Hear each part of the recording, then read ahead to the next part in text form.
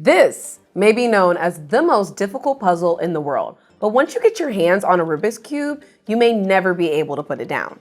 Celebrating its 50th anniversary this month, the Rubik's Cube has been fascinating and frustrating fans for years. With over 500 million cubes sold, it's the best-selling toy around the world. Hello guys, my name's James. I'm 10 years old and I live in New York City. My favorite type of Rubik's Cube is the 3x3. Out of all my cubes, I'd have to say my favorite type of cube is a 2x3. The thing I love most about cubing is just that you can just keep getting better and better. My favorite puzzle is the 2x2. I like this puzzle because it's fun and easy to learn. There is a whole world of speed cubers out there competing to solve the puzzle in record-breaking times. And this is Tommy Cherry. Tommy is not only a world champion cuber, but he's also a Guinness World Record holder for solving a cube blindfolded.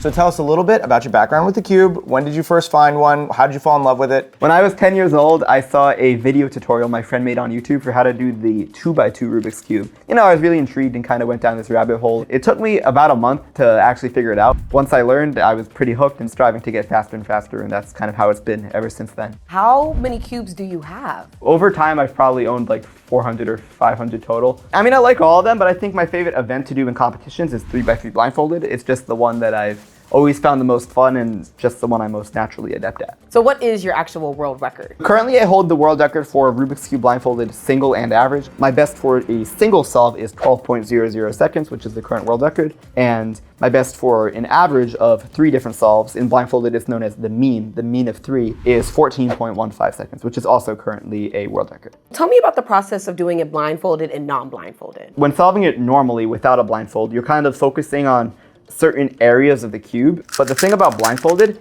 is that you start in a certain place on the cube. That place is known as your buffer. We memorize a string of letters and make words out of those letters to make it easier to memorize. And once we have this full string of words, then we can put our blindfold on and convert those words back to the algorithms that we're actually going to do, because different words correspond to different algorithms. How do you deal with frustration or with failure if you don't end up winning at one of these events? Or solving a cube your first time opening it out of the box. The general mindset I like to have is that there will be more chances in the future. So even though I may be frustrated in the moment, if I take a small break to let it settle down and then come back in full swing, usually it ends up, getting better eventually. Is there anything that you feel like is misunderstood about the cube? One thing is that you actually don't really have to be good at math to solve it. It's a very common misconception that you have to be a genius to solve a cube. There are actually hundreds of thousands, if not millions of people around the world who have been able to figure it out. Another misconception is that when you solve the cube, you kind of go one side at a time, like you make all the white, for example, then all the blue.